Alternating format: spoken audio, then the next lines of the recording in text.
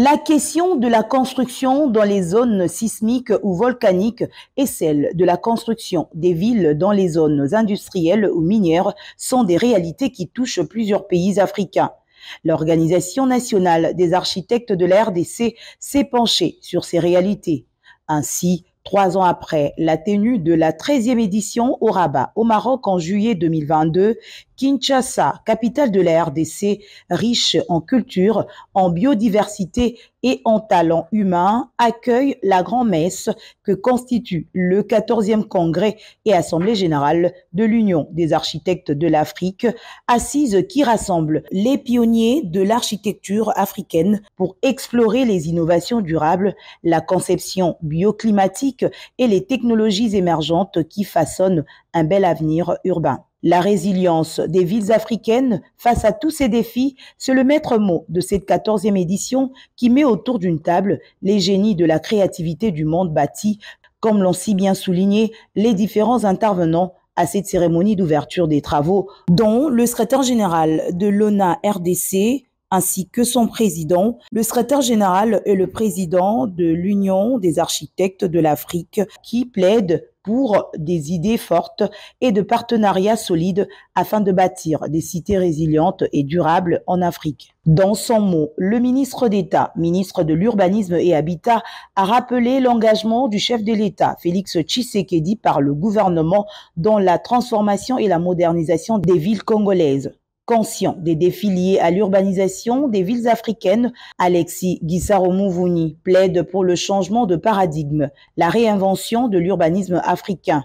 En RDC, 2 villes symbolisent ces défis, Kinshasa et Kolwezi, a-t-il souligné. En ce début du XXIe siècle, l'Afrique connaît une urbanisation sans précédent. Nos métropoles s'élargissent.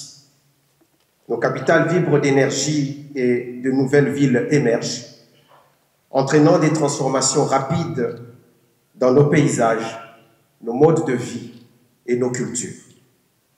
Kolwezi nous donne un enseignement, celui qu'une exploitation minière sans planification urbaine ni protection sociale transforme une richesse en un potentiel drame futur. Kinshasa, l'une des plus grandes métropoles de notre continent africain. Elle incarne l'énergie et la créativité, mais aussi les fragilités d'une urbanisation non maîtrisée. Reconnaître ces réalités, ce n'est pas se condamner. C'est se donner, bien au contraire, la possibilité d'agir. Parce qu'aucun État, aucun professionnel ne peut seul faire face à de tels défis. Ces réalités nous imposent un changement profond de paradigme.